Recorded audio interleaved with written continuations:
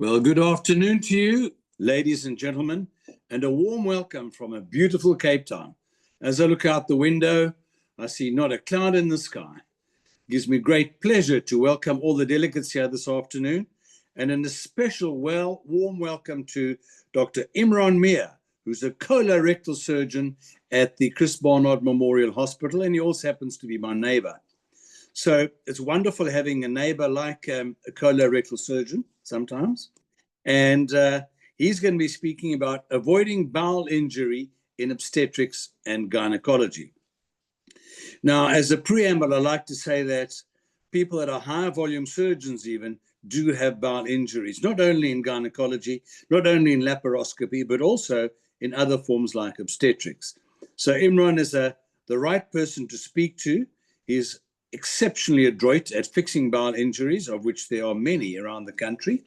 And it gives us great pleasure to have him with us. Next week, we have our old friend, Dr. Mark Slack. And he's a person that needs no introduction. He's a urogynecologist. He used to be my registrar. And he is now a manufacturer of note of robots. And we're going to be having him next week on our webinars. Just also to remind you that at the beginning, the 5th of October, is the FIGO Congress here in Cape Town. And this Congress is attracting over 6,000 to 8,000 international delegates and over 500 South African delegates. And I invite you all to be part of this prestigious Congress. And a special thank you to Chris, who set everything up. And also, we'd like to just mention that, unfortunately, Professor Steve Jeffrey can't be with us this afternoon due to other important commitments.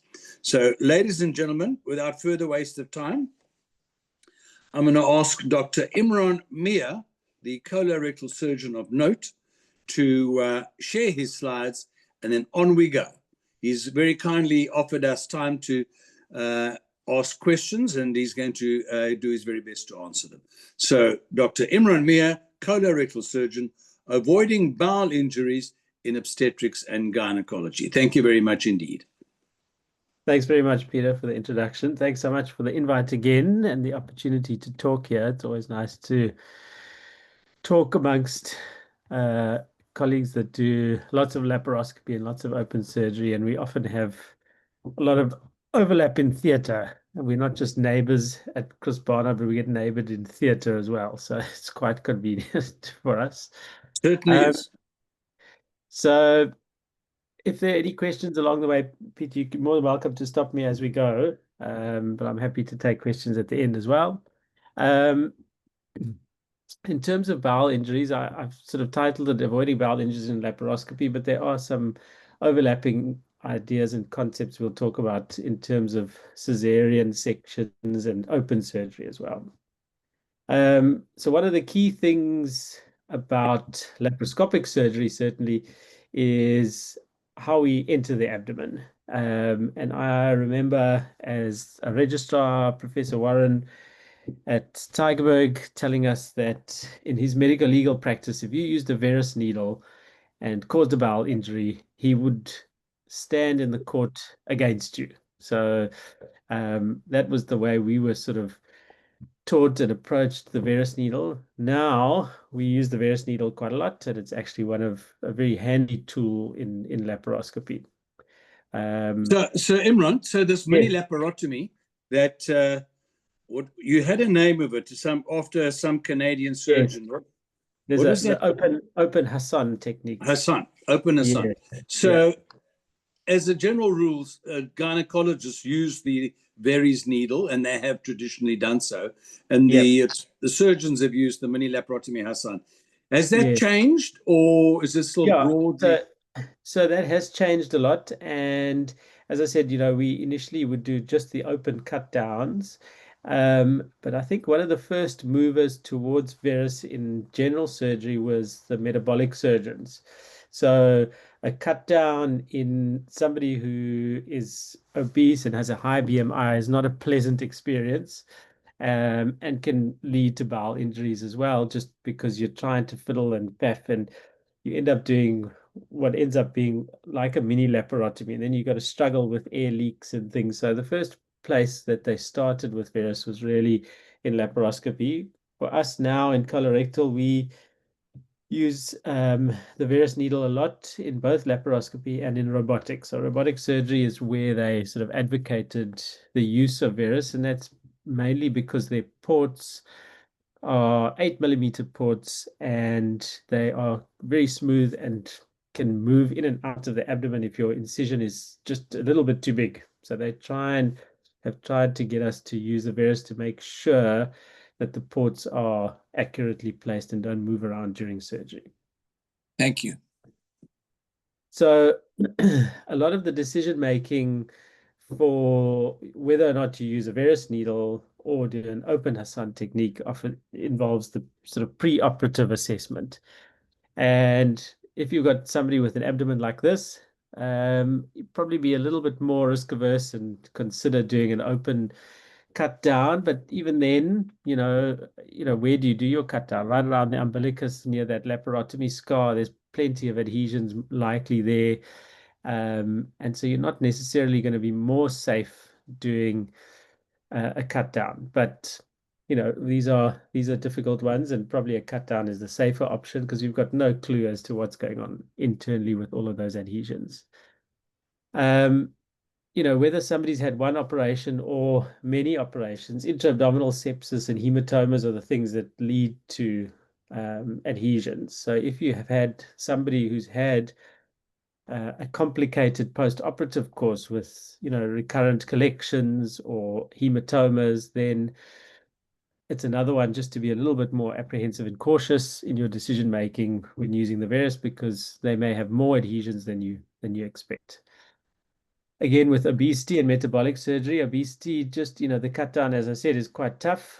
Cutting through, 6 centimeters of subcutaneous tissue before you get to the sheath and digging your way down, and then having to suture the sheath afterwards is very tricky and can add quite a lot of pain and suffering to your operation. And metabolic surgery as well. Just, I mentioned in the previous slide about Palmer's point and Jane point, and I'll show you those in a slide or two.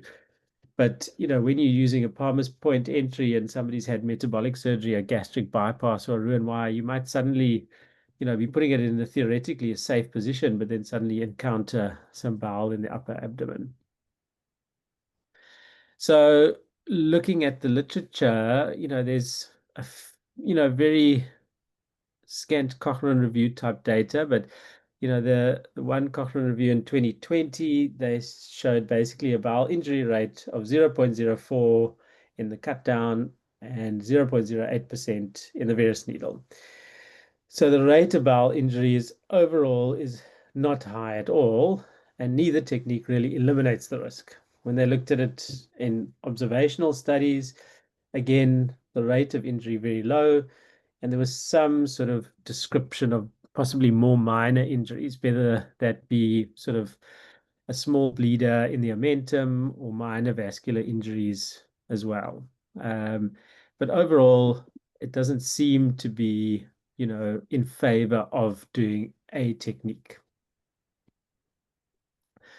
So when we look at where we do our Veris needle insertion, I think you can ignore this Li Huang point because I don't think anybody really uses that. The two of interest are Palmer's Except point, maybe for Li Huang. except for Li He Huang, and uses it. I've probably Yeah. insulted his ancestry now by eliminating him from the discussion. But no, so I don't think many people use the Li Huang point. I'm sure there might be a specific indication, but not in sort of general colorectal or gynecological surgery. So the two common ones that are used are Palmer's point and Jane point. So Palmer's point is left upper quadrant. Jane point is sort of in line with the umbilicus. And if you look at them, in the diagram, it shows it quite low down, but it's actually sort of closer to the costal margin. So we'd probably put our Palmer's point mid-clavicular line 2 or 3 centimeters below the costal margin. So that's where we would aim. And sorry, I've skipped a slide. There we go. with regards to Palmer's Point, the idea with using Palmer's Point and Jane Point is to avoid the midline, essentially. The midline is an area that most people have the dense adhesions and the complicated adhesions. Theoretically, less vascular danger, but in the left upper quadrant, you do have a spleen, you possibly have a kidney, you've got the stomach as well.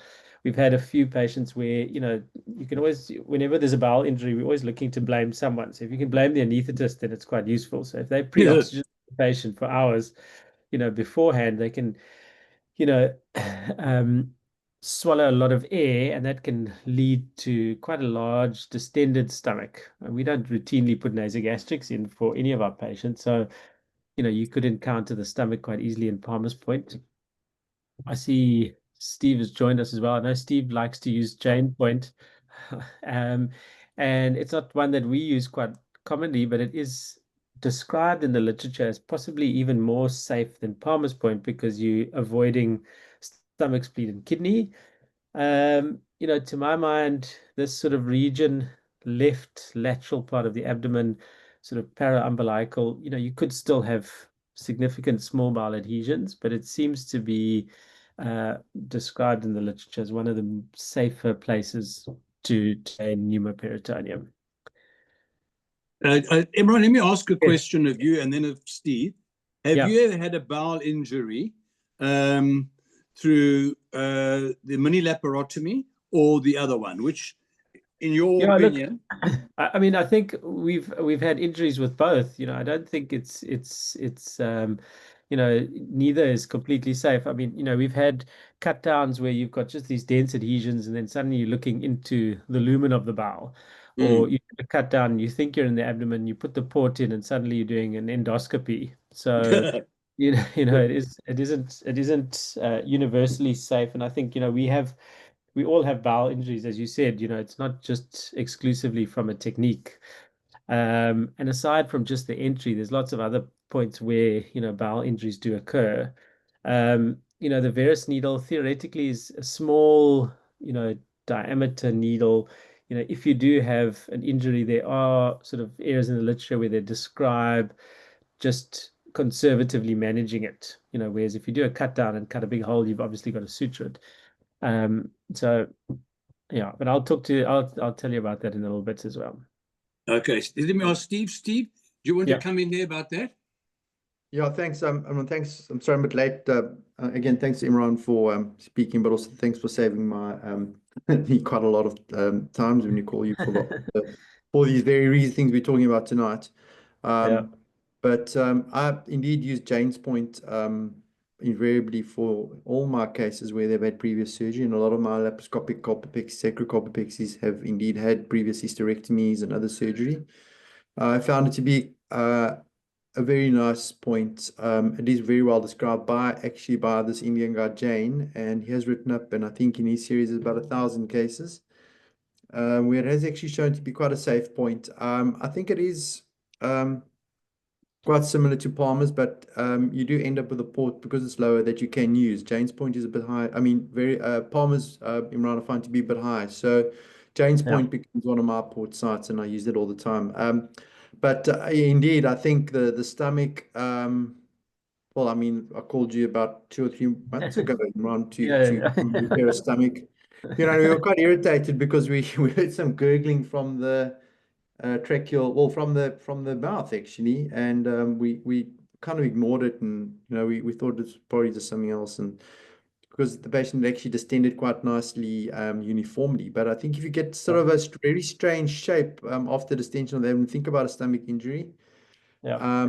But yeah, I mean, but she did okay in that one. So No, she did fine. Yeah. I mean, that was a Jane Point entry as well, yeah, which I absolutely, yeah. think is, it's even lower down than Palmer's. I think, one of the things when you do a Palmer's Point entry is that, when you do, feel for the click of the Verus needle and then attach your insufflator, if the sort of upper abdomen just distends, you've got to just have a little bit of a index of suspicion that you may sort of be in the stomach, which we've done. I mean, I've put a Verus needle into the stomach at Palmer's Point and managed it without any suturing. but it is, it is disconcerting to, put the telescope in and see that you've got a massively dilated stomach because you've been insufflating it with CO2 for the last couple of minutes. Right. Thanks, Imraan. All right. So now you've got pneumoperitoneum. So what do you do next? So um, when we get pneumoperitoneum, we keep the Verus needle in situ and then use usually an optical trocar to put the first port in. So the optical trocars are these balloon ports that are usually, you can put the lens through the port and have a look as you push down. There are these Visi ports, which are a lot more expensive, and I think usually best used for things like bariatric surgery. The Visi port has essentially like a little trigger which cuts through the subcutaneous tissue, and then little sharp sort of cuts just makes these small little incisions so that you get all the way down through the sheath. But a simple port just with a camera in it is more than adequate. We just use we use uniformly an 11 millimeter port supraumbilically. I know some people like to enter through the umbilicus, and if you do have a 5 millimeter port and you'd like to use that, you can as well. A 5 millimeter camera, sorry, and you could do that through a 5 millimeter port as well. I know that there's quite a few people that will put the Verus needle in, get pneumoperitoneum, take it out, and then put it in, put the first port in just under vision without the continued insufflation. And that seems to work for some. I just feel a little bit nervous to do it without the insufflation, especially if you're like sort of uncertain about the degree of insufflation. But with regards to then putting the other ports, obviously, I think everybody puts them under vision. The screwing motion rather than pushing, that's something that's sort of more become apparent in when we put ports in for robotics. The robotic ports are, they don't have any sort of tapering or sort of ridges on the outside. So they advocate you just to stab the person rather than screwing them in, which is also quite scary because some of them are extremely blunt, and these blunt ports are obviously great to prevent you from stabbing something, but they do require you to push quite hard, and then suddenly you have this big give, and then you may be in the retroperitoneum. Obese patients, obviously, just try and avoid tunneling. You may sort of think you're going at 90 degrees to the sheath, and then suddenly you're going at an angle and may encounter, an epigastric vessel or something like that. So then you get inside, and then you're encountered with millions of adhesions. So, this is obviously looks quite hostile in the pelvis, and our approach to adhesions is one that we use for open surgery as well. So this would apply to if you're doing a cesarean section or any opening an incision for a second time is, when you see the adhesions, are they soft and can you finger fracture? We like to sort of finger fracture every now and then, but bluntly sweeping and finger fracture actually is one of the places where I've seen quite a few injuries where you kind of a very adherent piece of bowel can easily be torn off, and the whole serosal surface can be torn off a piece of bowel just with the sort of bluntly finger sweeping. So our sort of dogma is finger, scissor, or scalpel. So if you have very dense adhesions that are not suitable for just loosening with a finger, then obviously if you have to dissect them with a scissor. But when we really gets tough, we resort to a scalpel and use that extremely sharp dissection to get rid of it. Excuse me. The main thing about bluntly sweeping is one of the points is when you do an open Hassan technique, some people put a finger into the abdomen through the little hole and do a little sweep around just to exclude that there's no adhesion. And that can be one of the places that you may actually injure the bowel by just pulling it off. Thermal injuries are very common. We all like energy devices. Just be careful with a hot blade, especially when you're dissecting dense adhesions. You may think you're getting a piece of momentum and there might be a piece of small bowel just behind it. Imraan, just to that point, Imraan, Yeah. I found that we've got a lot of nice energy sources. We use the monics and the ligatures and the endoseals and end-seals and all these things. But I think as you've already shown us in our theatre, a sharp dissection with a cold scissors is often a better way to do the adhesions, because if you use a energy source, you might end up sealing off a bowel injury rather than actually. So I tend to use the scissors more than the energy sources. Yeah, I mean, it does bleed a little bit more, but it's definitely the much safer option in my opinion, rather than using an energy device just to save a few milliliters of bleeding. Yeah. Yeah. Identifying the bowel injury, obviously, if you can see an obvious perforation or you can see bowel content, those are fairly obvious. You identify them, and we'll go through how we repair them in a minute. The more tricky ones are when you see a serosal injury. Should you repair it? Should you leave it? Usually if it's a small, less than a centimeter type serosal injury, we'll probably leave it. Bowel wall hematomas can be tricky, like you said, Steve, that, sometimes you might seal off a little perforation and the hematoma might actually be hiding a little injury. Excuse me. A little injury might be hidden under a hematoma.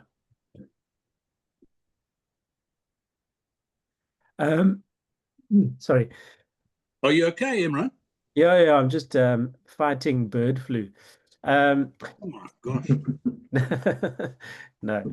All right. So when we do encounter bowel injury, there's a few things that go through our mind. The first is, do we repair it? So as a obstetrician or gynecologist, should you repair it yourself or should you call the general surgeon?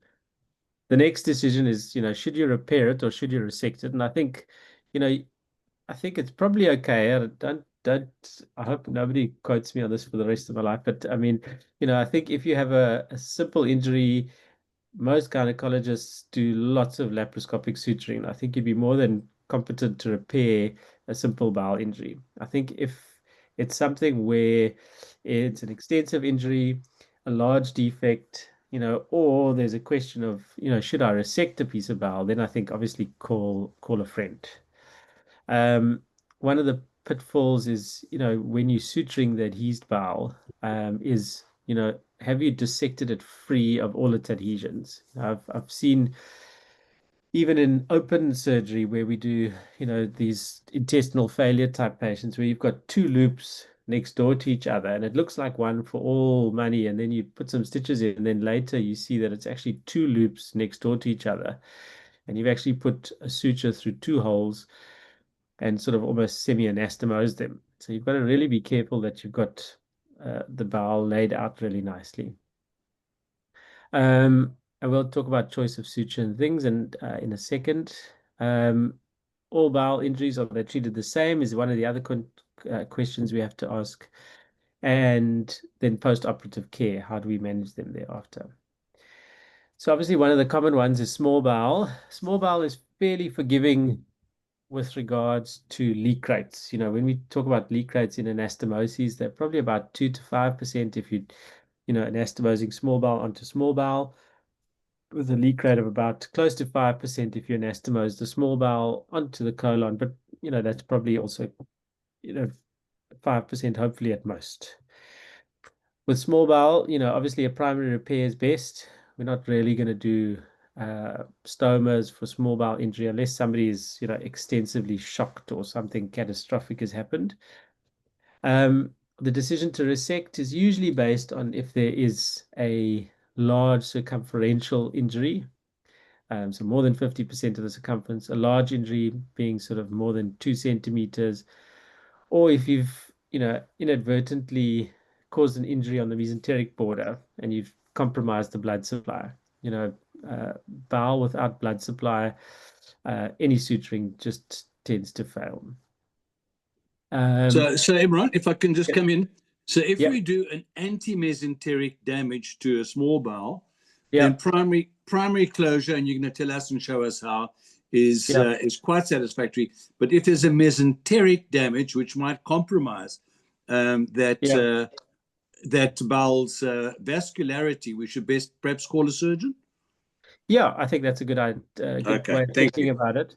the anti-mesenteric ones are usually quite, forgiving. You've not compromised the blood supply and all at all. Small bowel has very good blood supply. When we do any repair of bowel, we generally repair transversely and not longitudinally. Longitudinally, there's a higher rate of stenosis, so we try and avoid stenosing the bowel. So transverse repair, our suture of choice is either a Vicryl or PDS 3.0. That's sort of how we would repair the bowel laparoscopically or open. I know there's a big sort of move to using barbed sutures for closing enterotomies when we do anastomoses, but I don't think one should use a barbed suture for a bowel injury repair. I think if you are going to repair it, I think you must do it with good laparoscopic suturing skill rather than trying to cobble it together with some dodgy placed V-lock or Stratafix or something like that. So the question about how many layers to do it in, we would generally just do one layer and take full thickness bites and bury the mucosa. But in the literature, they do describe some people doing a second layer. I think if it looks like you've got good good distance between your sutures, it's not too wide apart, then I think one suture line is okay. In general, you don't want to strangulate the bowel by putting in more and more sutures, and you don't want to cause ischemia either. The small bowel is forgiving in terms of blood supply, but one doesn't want to, compromise by putting 2 layers on top just so that you feel a bit better. And then, as I said, just ensure that it is one loop of bowel. Make sure that you aren't going to do an anastomosis inadvertently. Post-operatively with these patients, I mean, I think they obviously are more prone to ileus, so you do have to be a bit cautious with feeding, but we generally like to feed our patients early. So if it's a very proximal small bowel injury, then one can go slowly with the feeding. Otherwise, mid small bowel to ileum, I would, start a ward diet pretty quickly. So Imraan, thanks, Yeah. and thanks for endorsing those of us who do occasionally fix a small bowel injury ourselves. But Yeah. I do tend to call one of you, even for a small bowel injury, because it gives you a lot more confidence in the post-op management of these Yeah. patients.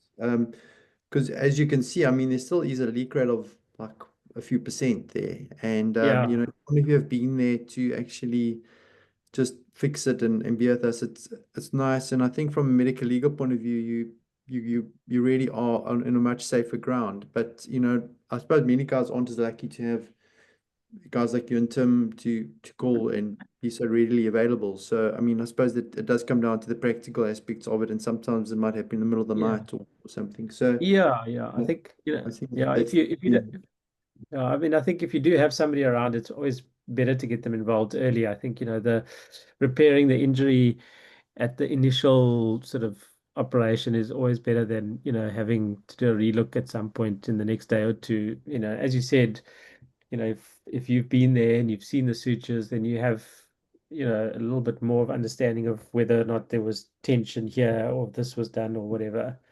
I think we also are guilty of that at times. We do some oncological rectum cancer procedures. We sometimes have to, cut into the bladder, and we don't always call the urologist. We do sometimes repair the bladder, but then, we have had leaks after, and the excuse me, the urologist. Imran, while you're coughing, just remember the difference between a bowel and a bladder is that you can drain a bladder with a catheter, Foley's, Yeah. but you can't drain a bowel, and you can stent a ureter, but you can't stent a bowel. So I guess they are intrinsically more forgiving, and Sure. any Tom, Dick, and Harry, any Ahmad, Hamal, or Sali can repair a bladder or but not necessarily a bowel. So if we've got your services, call us. I mean, we'll call you. Exactly. Very much so. The next sort of bowel that is often encountered, and often just with the varus needle, is the stomach. Steve was talking about one we had earlier this year with the stomach injury, and the stomach is very forgiving. It's very thick-walled. It's very muscular. So the stomach repairs tolerate layers of suturing better than the small bowel. So we usually would do a single layer as well for the stomach, but we'd have a little bit less, sort of consideration or sort of concern to do a second layer. And often with the stomach, in a Mentopex, he just adds another layer of security. So, it again, call somebody if you see a bowel injury, let them make that sort of decision about whether or not to put in a piece of Amentum on there as well. It's just, when a stomach injury, I think part of it is that suturing laparoscopically or repairing something open is, I think something that all of us could probably do. It's just managing the complications that becomes complex after, so that if somebody has a breakdown of a stomach repair, it can become quite a significant impact on what operation happens next, what procedure they need next. With the stomach, I'm still quite conservative with feeding post-operatively. And here, also would use contrasted swallows to help, just ensure, similar like to a cystogram, just to see that we don't have a contained leak. The next one, which is probably the one that we all have nightmares about, is the colon and the rectum. And, when we do colon and rectum work, we're also quite stressed for days afterwards because it's much less forgiving. The leak rates for colon and rectal suturing or anastomoses rather is, can be up to about 10%. When we do a rectum cancer operation in someone with radiation, the risk of leak is up to about 15%, which is massive, so to take a chance on a rectal injury is difficult. Primary repair is still good for these iatrogenic injuries during surgery, but given the sort of severity of the complications, we do have a slightly lower threshold to consider diverting stomas and things like that for these injuries, because when you have fecalant peritonitis after a rectal repair leak, patients have a 2% mortality just from that itself. So it's a high risk procedure. And the closer you are, the closer the suture line is to the anus, the more you have to pray, because I think as you're suturing closer to the anal verge, you tense your anus as well. Oh, right. Yes, just in sympathy. So, Imran, Yeah. I agree with you on that one. But I just wanted to know, so I mean, obviously, a lot of us do operate through the vagina. Yes. You might get a rectal injury doing a posterior repair, say. What are your thoughts? I mean, I tend to close those primarily and move on. Yeah. Look, I mean, Is it the same sort of anxiety there? Because it doesn't happen a yeah, lot, really, but yeah, what are your thoughts? Yeah, I think, I think still a primary repair is still good in these procedures where there's not a lot of contamination. You've identified the injury early, and in a posterior repair, the only worry with the posterior repair and the suturing of the rectum is you just got to try and make sure that your suture lines in the rectum and the vagina don't overlap each other. So we would, I'd usually repair the rectal injury, then transversely in the vaginal incision longitudinally, just to keep the suture lines sort of to avoid them from lying directly over each other. But it is, something that, an extraperitoneal rectal injury is a little bit more forgiving. And sometimes, in very severe situations in trauma and things, when you have somebody who's got an extraperitoneal rectal injury, sometimes just simply diverting stool away from it is enough. You don't have to necessarily repair it. But I think, in your posterior repair, I think it's probably best to repair it and try and just keep the suture line apart. Imran, just Yeah. before we go to questions, Yes. we were talking about urologists Yes. just now. they do these transrectal prostatic biopsies. Yes. Do they ever get into trouble? They just go with gay abandon, shoving needles and true cuts through the rectum into the prostate. Does that not worry you or them? So generally the location that they're doing it is it's sort of extraperitoneal rectum Okay, again. it's There's a lot of retroperitoneal. yeah, and so it's sort of where the rectum has got quite a lot of mesorectal fat around it. So the mesorectal fat is sort of this little buffer of tissue that's almost like having a sort of a net of momentum around a piece of bowel. So it adds a layer of protection. But we have, we have seen complications from prostate biopsies where somebody gets, a urethra, Abscess. you get an abscess, or you can get fasciitis, or you may get a fistula as well in these very rare situations, but they do occur. But I think in the mesorectum, a lot more forgiving. So, and we certainly do in the sort of distal rectum, where there's a lot of mesorectum around, we take off large polyps in the rectum, also with a bit of gay abandon, rather than being concerned about removing polyps higher up in the colon where there's not a lot of protection around it. So low down, a little bit more protection, but still quite scary. Okay. Then a quick question from Oscar Shimangi. Yep. I'm just reading it verbatim. Primary repair on bowel without bowel prep, please comment. Yeah. In other words, the place of bowel prep. Yeah. So just I mean, I'm sure none of you give bowel prep before a gynae procedure. Not anymore. No, and we don't give bowel prep before our cancer resections for colonic work.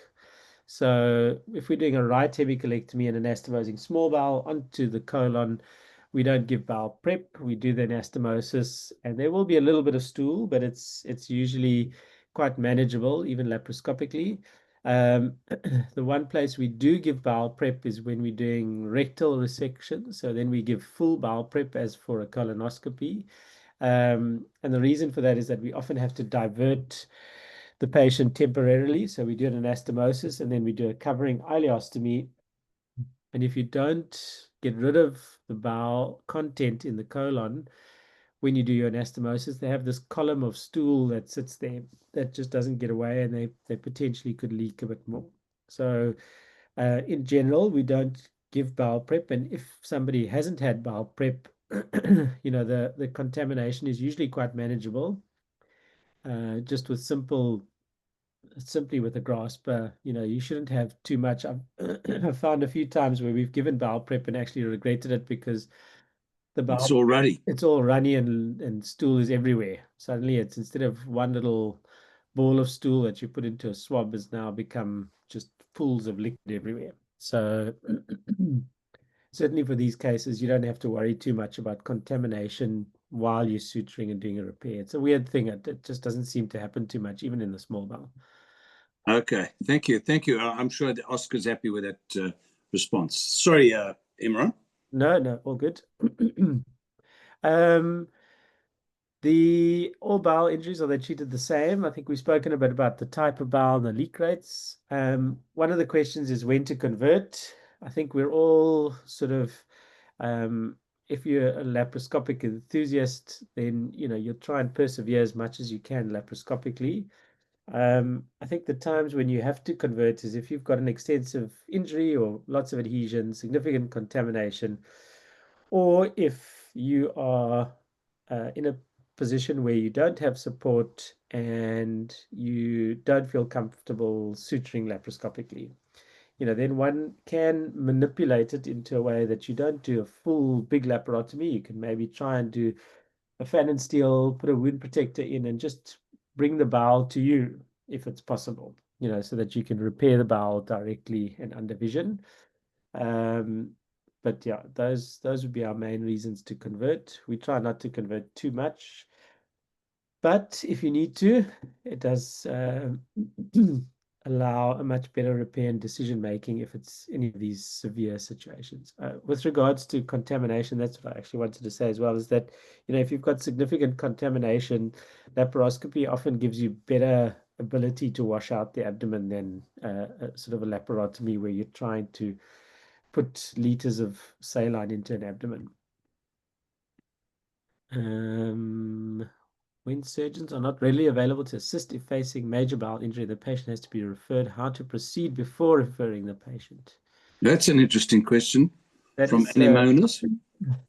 anonymous attendee. Yeah, that's a difficult one. I think if you if you are in a situation where you've got a big bowel injury and you're going to have to refer the patient, I don't think trying to then do a stoma is something that you should do. Just, if you are, without the experience of having done many stomas, then, I think do a repair and leave a drain and send the patient across and tell them to just take the patient back to theatre early.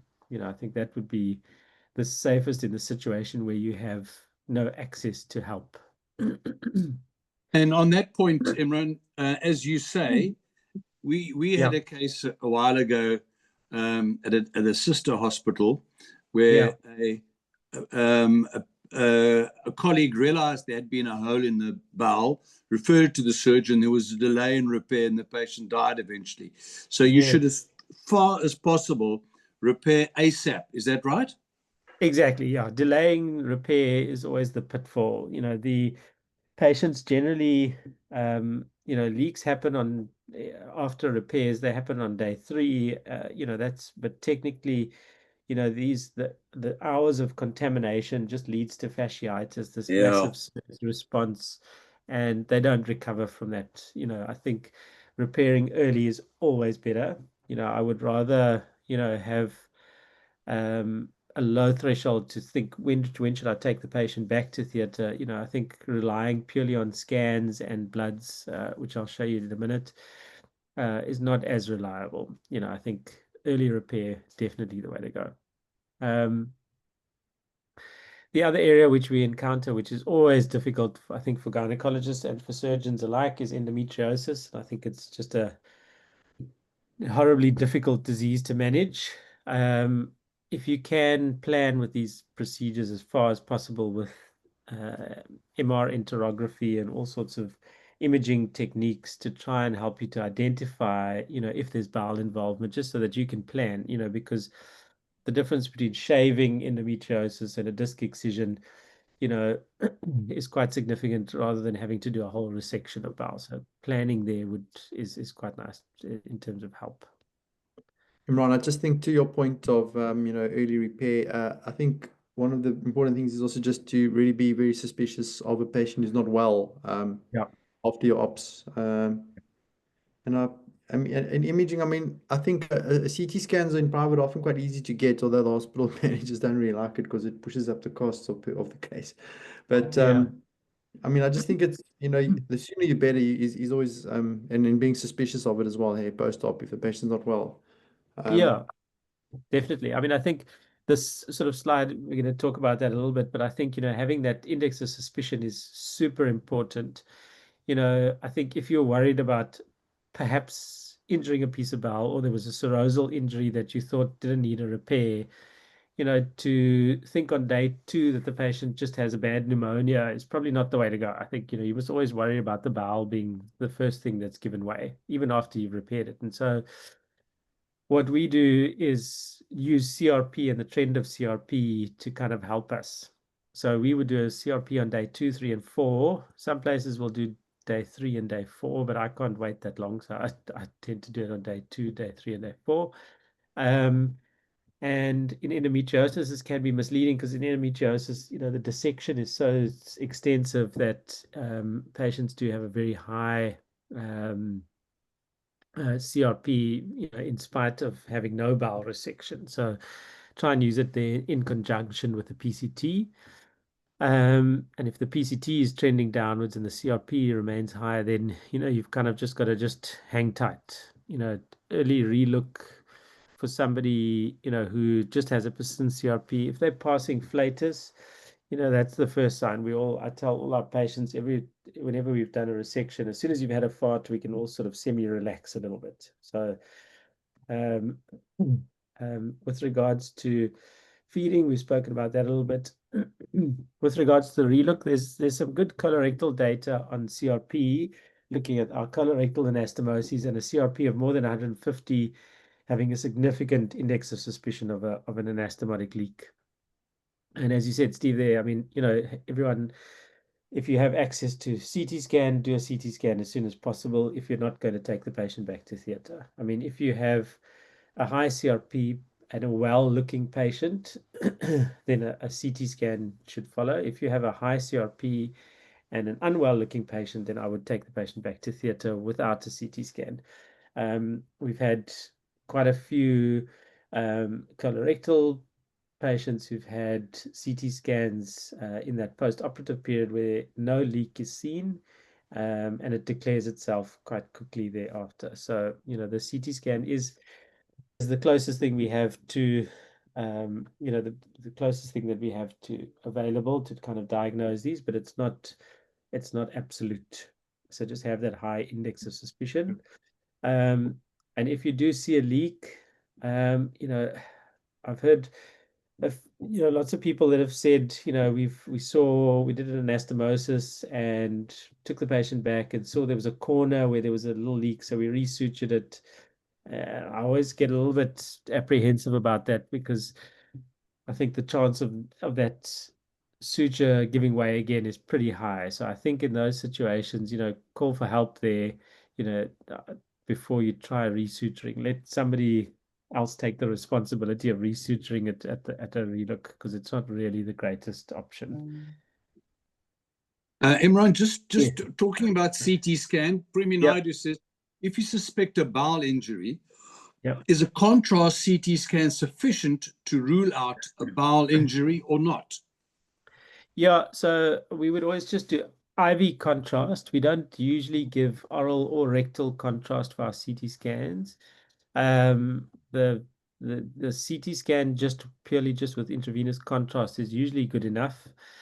The clues that we'd look for on CT scan is if you've got, significant collection around where your suture line is. It's obviously with stapled anastomoses, which we do for lower rectal tumors, you can obviously see your anastomosis more than you can on CT with suturing. So it does become a little bit more difficult, but generally, I would use the CRP and CT scan findings to decide whether or not to relook. I don't think you're going to have absolute imaging of leak other than seeing, abscess fluid and a collection around where you've worked. Okay. Yeah. Thank you. No need for oral contrast. Yeah.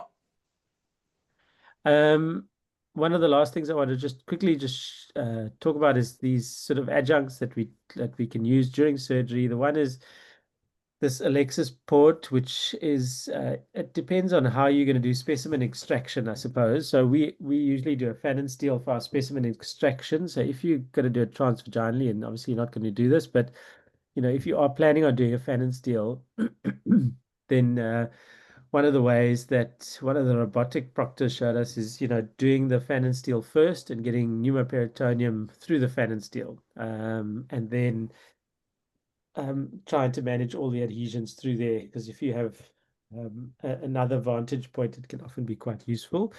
You do then get, the odd patient where you'll end up with an unnecessary fan and steel incision, which isn't great, but in terms of hernia risk and morbidity, the fan and steel is quite low risk from a morbidity point of view. The other two things, a 30-degree lens. We always use a 30-degree lens. I'm not sure how many people use a 0-degree lens exclusively, but a 30-degree lens, when you're working with adhesions, they're usually adherent to the abdominal wall. And so having that ability just to rotate the horizon helps quite a lot, so that you can visualize adhesions better and sort of look around the corner and see things at a different angle. And one of the colorectal surgeons in Amsterdam says extra 5mm ports don't count. So if you need to put in 6 extra ports, then so be it. But I mean, just putting in an extra 5mm port, just so you have another hand to work with, another retractor, another, point for counter traction, does make a significant difference. So my little take-home message is, when you're doing laparoscopy, one method doesn't fit all. I think, some some cases you'll have to do cut down, some you'll revert to varus. I think in essence, the risk of bowel injury isn't high with either technique. And I think if you are comfortable with your technique, do your technique. But when you call the surgeon, just let him stand outside when you put the ports in, and just call him when you're ready. Yeah, that's what I do. Yeah. It's quite scary watching someone else put ports in. If you are ever concerned, you can always change. You can always leave the varus needle where it is. If you injure the bowel with a trocar or a varus, leave it in there, and then use another point of access to try and see where it is, just so that you can help identify the injury. It's nothing worse than popping in the camera after you've injured the bowel and having to run meters of bowel because you can't find the injury. And then, as Steve was saying earlier, call somebody to help you with the injury rather than the leak. I think it's always better medical legally if you've got somebody there to help you. And the first repair is usually the opportunity for, greater success. If any relook, usually you're thinking about stomas, and the situation just gets out of control there. The one thing I didn't mention is antibiotics. I think we'll all, if you have a bowel injury, just, keep the person on antibiotics while you're in hospital. I think it's probably the safest option. Yeah, and that's it. Well, it's been fantastic, Imraan. I'm going to let Steve thank you. And if I can give you a take-home message, Imraan, Yeah. you've been wonderful. And this flu does appear to be it's not a bird flu, it's an ostrich flu. It really sounds quite hectic. So my take-home message to you is go to bed. Don't come to work. I'll do your job tomorrow. Yeah, excellent. Yeah, you're just next door. I'll tell them to come and see you, and just don't put them in lithotomy, just to start with. I'm next door. I'm just next door, and very welcome to send them through. One last question here. We know that you've got a very nice recipe for ileus. We spoke about ileus. What are those 3 things you give for ileus? So, or is it a trade secret? It's a bit of a trade secret, otherwise you don't call us anymore. But it's, I mean, in terms okay, of... one is, I'll call you enough for ileus. You could. One is Maxilon. So one is Maxilon, yeah. So you give Maxilon, then you give erythromycin. Then we give erythromycin, and then we give a domperidone. What? And then we give a domperidone. Domperidone. That sounds like champagne. Yes. Not domperidone. Domperidone. Domperidone. Oh, domperidone, not domperidone. Keep one. Yeah, okay. So that's Maxilon, and then macrolides. And what is domperidone? It's another prokinetic that we just try and use for gut motility. So we usually very rarely use that one. That's something where, we almost predominantly use Maxilon. And I think the biggest thing actually for ileus is, if somebody's had ileus, is, get them to mobilize and eat. That gets the gut going better than, giving all these other prokinetics. Eventually, once the ileus is over, they have horrendous diarrhea for the first few days, and just warn them that it's going to be quite bad. And obviously, the more operating, the more you touch the bowel, the worse the ileus can get. But, every now and then they need a bit of nasogastric drainage rather than just giving lots more treatment. Okay. Now, what's that other stuff, people? I once called a surgeon. He gave an injection, and the woman went absolutely berserk. What's that other stuff? It's almost like choline they give. Buscopan.